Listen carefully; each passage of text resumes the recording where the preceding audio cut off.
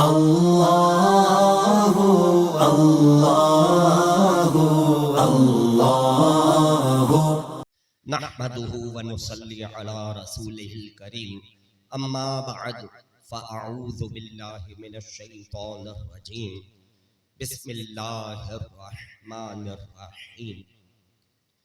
माह रबीउल अव्वल हमारे दरमियान मौजूद है। 12 रबीउल अव्वल की तारीख गुजर चुकी है। इस महीने में मुसलमान अकीदत व मोहब्बत के साथ अपने प्यारे नबी सल्लल्लाहु तआला अलैहि वसल्लम की इस दुनिया में तशरीफ आवरी के इजहार तशक्कुर के लिए महफिल का इनेकाद करते हैं, मजालिस मुनक्किद करते हैं और नबी पाक साहिबुल औलाद सल्लल्लाहु तआला अलैहि वसल्लम का जश्न विलादत अकीदत व एहतराम के साथ मनाते हैं। हुजूर नबी करीम सल्लल्लाहु तआला अलैहि वसल्लम के इस दुनिया में तशरीफ आवरी के कई मकासिद हैं जो कि उलमाए किराम ने, मुफस्सिरीन ने अपनी किताबों में तहरीर फरमाए हैं। मसलन प्यारे आका सल्लल्लाहु तआला अलैहि वसल्लम के इस दुनिया में तशरीफ लाने का एक मकसद ये भी है कि आप सिलसिलाए नबूवत को ख़त्म करने वाले हैं। अल्लाह तबारक व तआला ने आपको आखिरी नबी बनाकर भेजना मकसूद था, इसलिए प्यारे आका सल्लल्लाहु अलैहि वसल्लम की दुनिया में तशरीफ आवरी हुई। अब आपके बाद क़यामत तक कोई नया नबी पैदा नहीं होगा। तो एक मकसद ये बयान किया जाता है, एक मकसद ये भी बयान किया जाता है कि अल्लाह तबारक व तआला ने बनी नौ इंसान के लिए जो एक ज़ाबिताए हयात मुरत्तब फरमाया है कि जिसको कुरान मजीद फुरकान हमीद कहा जाता है, तो अपने हबीब सल्लल्लाहु अलैहि वसल्लम के तवस्सुत से उस ज़ाबिताए हयात को अपने बंदों तक पहुंचाना था। इसलिए प्यारे आका सल्लल्लाहु तआला अलैहि वसल्लम की दुनिया में तशरीफ आवरी हुई, आप पर नुज़ूल कुरान हुआ और यूं अल्लाह तबारक व तआला ने उस कामिल मंशूर को अपने बंदों तक पहुंचाया कि जिसका हुक्म अब क़यामत तक कायम व दायम रहेगा। एक मकसद ये भी बयान किया गया कि जितने भी अंबिया किराम और रसूल अलैहिस्सलाम दुनिया में तशरीफ लाए, वो किसी खास कौम, किसी खास खित्ते या किसी खास इलाके की तरफ आए थे, लेकिन हुजूर नबी करीम सल्लल्लाहु तआला अलैहि वसल्लम ये वो हस्ती हैं कि जो सारी दुनिया और हर कौम और हर खित्ते के लिए रसूल बनाकर भेजे गए।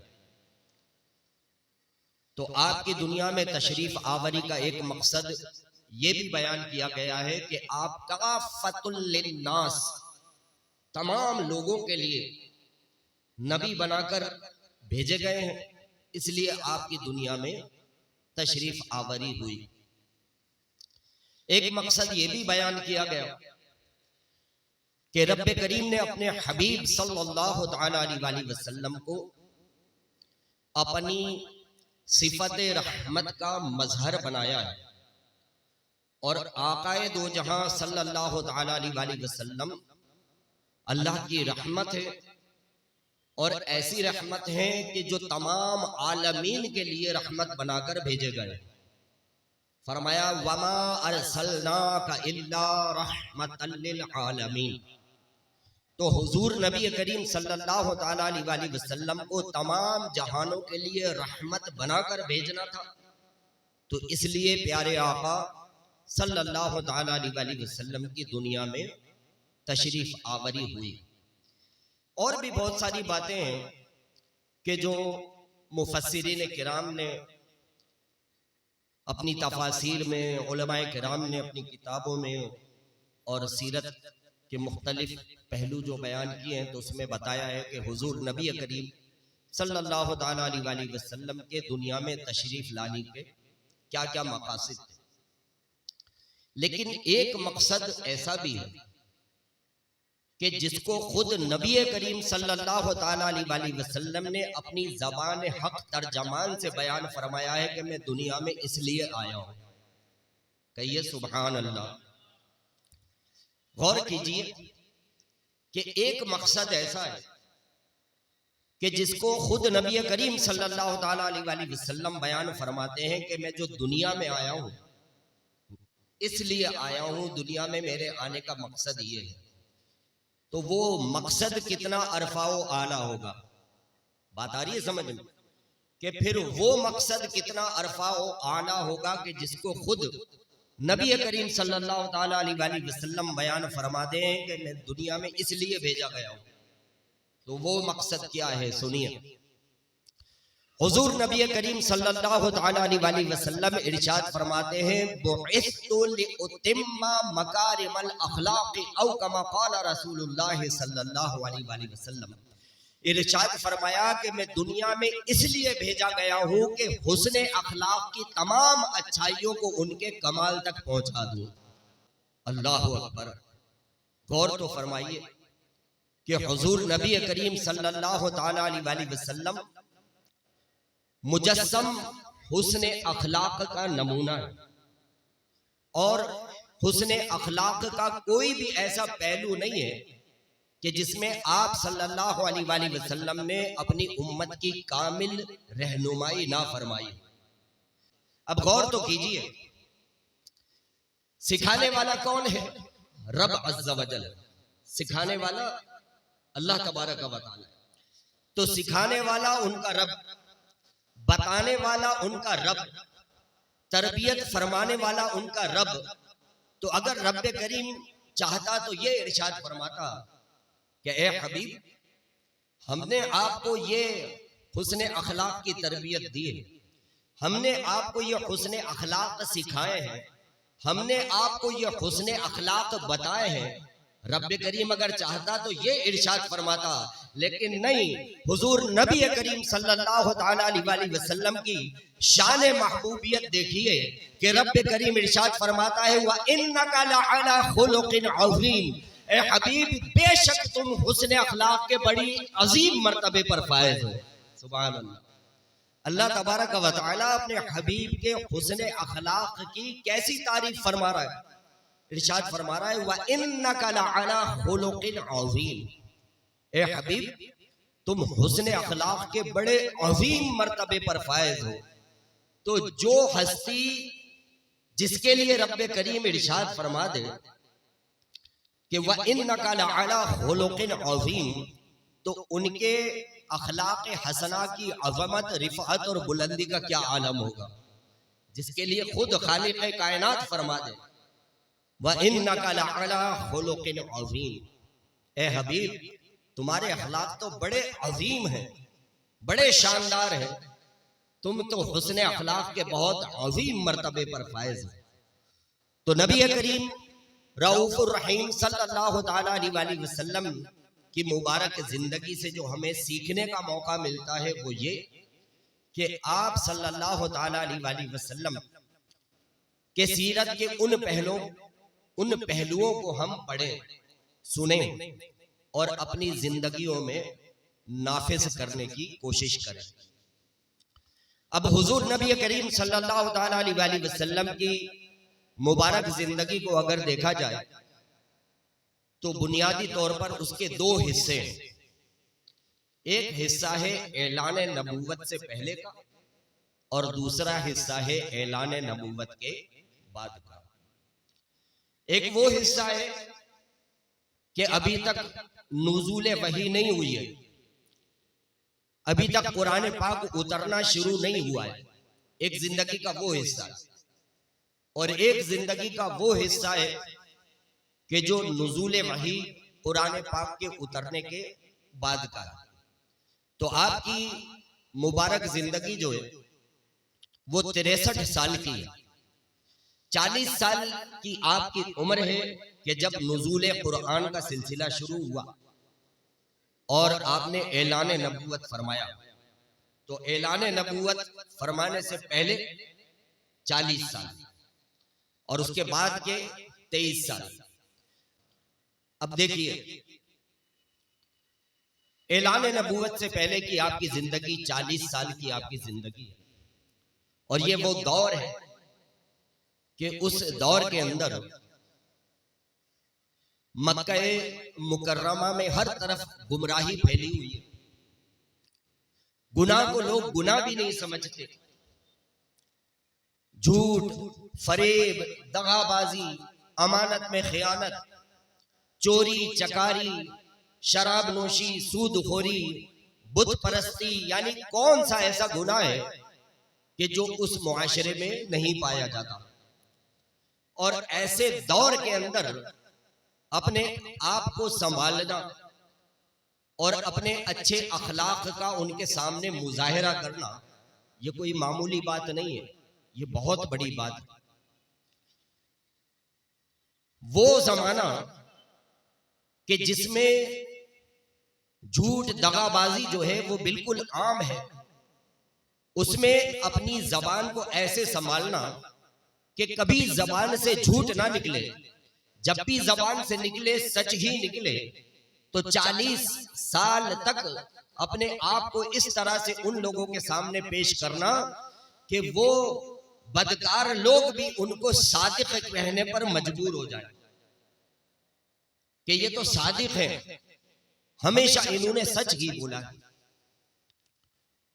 वो दौर के जिसमें खियानत और लोगों के हुकूक का सल्ब करना, तल्फ करना बहुत ही ज्यादा आम हो, ऐसे दौर के अंदर 40 साल तक मुसलसल लोगों के सामने अपने आप को इस तरह से पेश करना कि कभी अगर किसी ने अमानत रखवाई तो आपने उसके अंदर कभी खयानत नहीं की, और वो लोग मजबूर हो गए कहने के लिए कि ये तो अमीन है, अमानतदार है। गौर फरमाइए, ये उस दौर के आप सल्लल्लाहु अलैहि वसल्लम के अलकाब हैं कि अभी तक आपने ऐलान नबूवत नहीं फरमाया है, लेकिन उसके बावजूद मक्का मुकर्रमा में सादिक और अमीन के नाम से मशहूर है। कितनी बड़ी बात है ये कि उस दौर के अंदर पूरे मक्का मुकर्रमा में आप सादिक और अमीन के नाम से मशहूर हैं। सादिक, हमने तो जब देखा इनको सच बोलता हुआ पाया। अमीन, हमने तो जब देखा इनको अमानत की हिफाजत करता हुआ पाया। आप सादिक और अमीन के नाम से जो है वो मक्का मुकर्रमा में मशहूर है।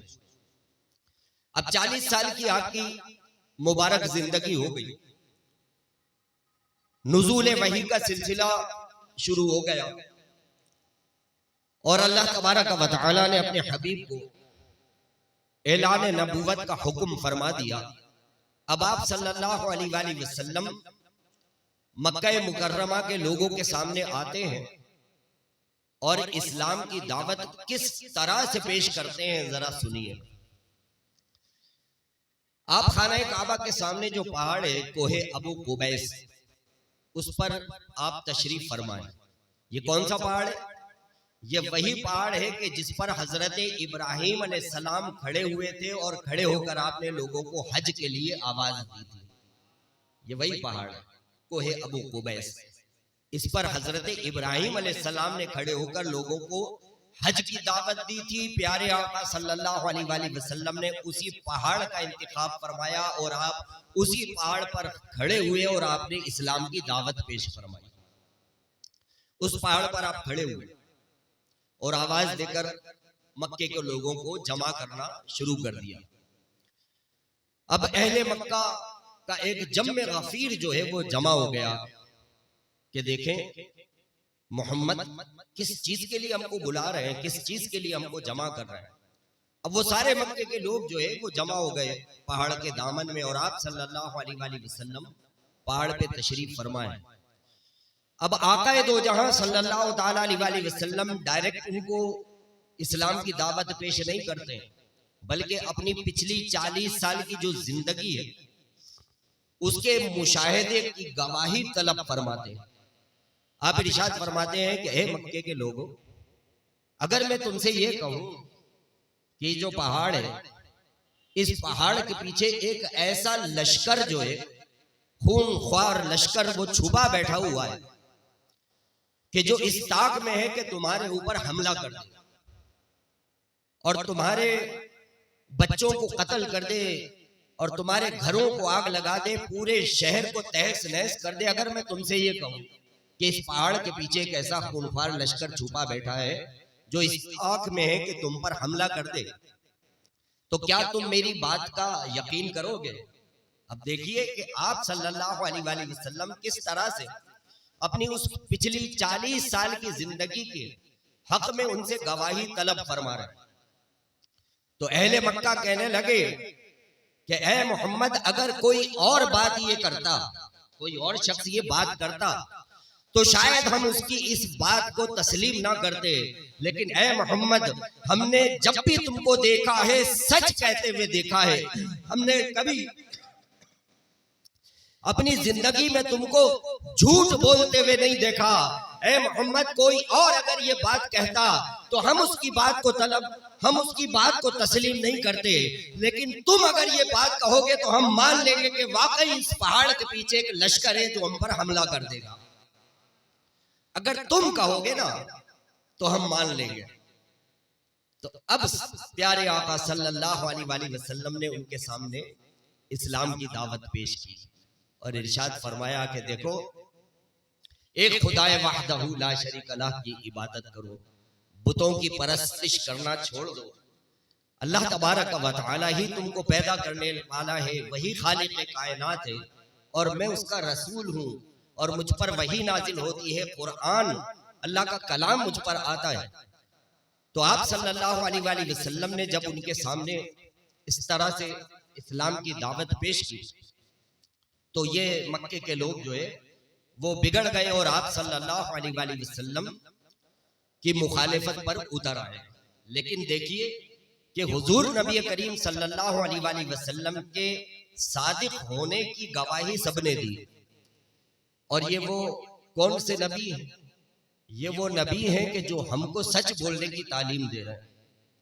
ये वो नबी हैं कि जो हमको सदाकत सिखा रहे हैं। ये वो नबी हैं कि जिन्होंने ये मिसाल किसके लिए कायम की है? अपनी उम्मत के लिए कायम की है कि देखो, मेरे दुश्मन भी मुझको सच्चा बोलते हैं, ए मेरे उम्मतियों, तुम कोई ऐसा अमल ना करना कि कोई तुमको झूठा कह दे। मुझको तो मेरे दुश्मन भी सादिक कहते हैं, लेकिन तुम कोई ऐसा अमल ना करना कि तुमको कोई झूठा कह दे। तो मेरे प्यारे भाइयों, जरा गौर तो कीजिए कि हुजूर नबी करीम सल्लल्लाहु ताला अलैहि वसल्लम ने सच बोलकर हमको सच बोलने की तलकीन फरमाई। आपने सच बोलकर हमारे लिए वो राह मुतय्यन की है कि हम भी अपनी जिंदगी में सच को नाफिज करें। लेकिन अफसोस, सद अफसोस कि आज हमारे दुनिया के मामलात ऐसे हैं कि हर चीज के अंदर झूठ, हर चीज के अंदर चोर बाजारी, हर चीज के अंदर दगाबाजी आज मुसलमानों के अंदर नफूज कर चुकी है। हमारी मार्केटों के अंदर, हमारे बाजारों के अंदर लोग झूठ बोल बोलकर जो है वो कारोबार करते हैं, बल्कि झूठ नहीं बोलते हैं, बल्कि झूठी कसमें तक उठा लेते हैं। एक तो होता है झूठ बोलना और एक होता है झूठी कसम उठाना, ये तो उससे भी बड़ा गुनाह है। और झूठ अल्लाह तबारक व तआला को कितना नापसंद है। इरशाद फरमाया, फलअनतुल्लाहि अलल काज़िबीन, झूठ बोलने वालों पर अल्लाह की लानत होती है। तो गौर कीजिए कि जो झूठ बोलकर कारोबार कर रहा है तो उसके कारोबार में बरकत कैसे होगी? उसके कारोबार पर तो लानतें बरस रही। फलअनतुल्लाहि अलल काज़िबीन, उसकी दुकान पर तो लानतें बरस रही हैं, उसके कारोबार पे लानतें बरस रही हैं, क्योंकि वो तो कारोबार ही झूठ बोल के कर रहा है। तो रोजी में बरकत कैसे होगी? सच में बरकत है, सच में। तो आकाए दो जहां सल्लल्लाहु ताला अलैहि वसल्लम ने अपनी उम्मत को सच बोलने की तालीम फरमाई और आपने बदाते खुद अमल करके भी दिखाया। अगर आपको ये वीडियो पसंद आई हो तो इस वीडियो को लाइक करें, कमेंट्स करें, शेयर करें और मेरे इस चैनल को सब्सक्राइब करें। जज़ाकल्लाहु खैर।